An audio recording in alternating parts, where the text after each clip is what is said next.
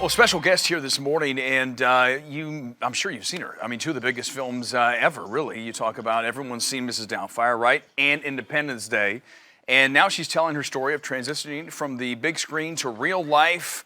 Good day, Charlotte. Welcomes actress Lisa Jakub in town. Appreciate it. Thanks for coming by. Thank you for having me. So where are you going to be later today? High school, right? Talking to some kids? Yeah, I am. I'm going to be at South Mecklenburg High School. Molly Rowland, who's the German teacher there, is a reader of my blog. And so she sent me a note and invited me to come and talk with her students. So now what do you discuss with the students? You certainly know entertainment. It's one of the toughest fields around. What are some of the topics you touch on with the kids? Well, I like to kind of demystify the Hollywood world a little bit. It's just a job like any other job. Right. And there are pros and cons. And for me, at a certain point, I worked for 18 years.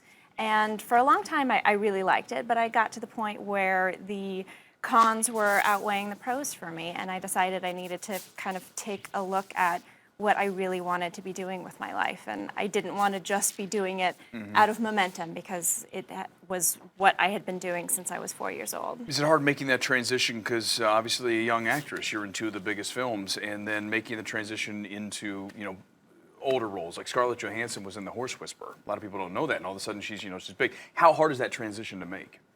I think some people have done it really well. I think it depends on if you're really passionate about it, if this is really what you see long-term for yourself. And for me, it just wasn't what I wanted to be doing when I was 40, so I had to really take a look at that. Do you talk to kids nowadays? Celebrity culture's so big, right? Everyone wants to be famous. So I get that kids want to do that, but you also have to temper that and say, hey, this is hard. I mean, getting jobs in the acting world isn't the easiest thing to do.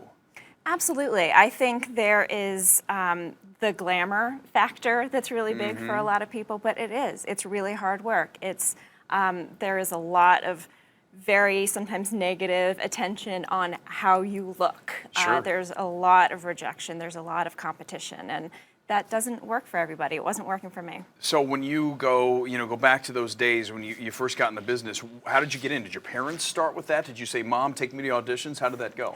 It was actually a very random encounter. I lived in Toronto, and I was in a farmer's market with my parents, and this guy came up to us, and he worked for a company, and they were casting a commercial, and he thought I'd be perfect for it. So kind of a chance encounter that snowballed into an 18-year career. Do people still recognize you from the movie? Do they come up and go, are you? Does that happen? Yeah, you know what I get a lot is, you look like that girl from Mrs. Doubtfire. And you still do. That's the thing, if you look, yeah.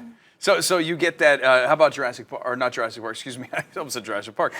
Independence Day, I mean, I think that's made like $1 billion plus worldwide. So that's, I mean, people recognize you from that. I do sometimes get recognized as, the trailer girl, which is awesome. Quickly, the blog.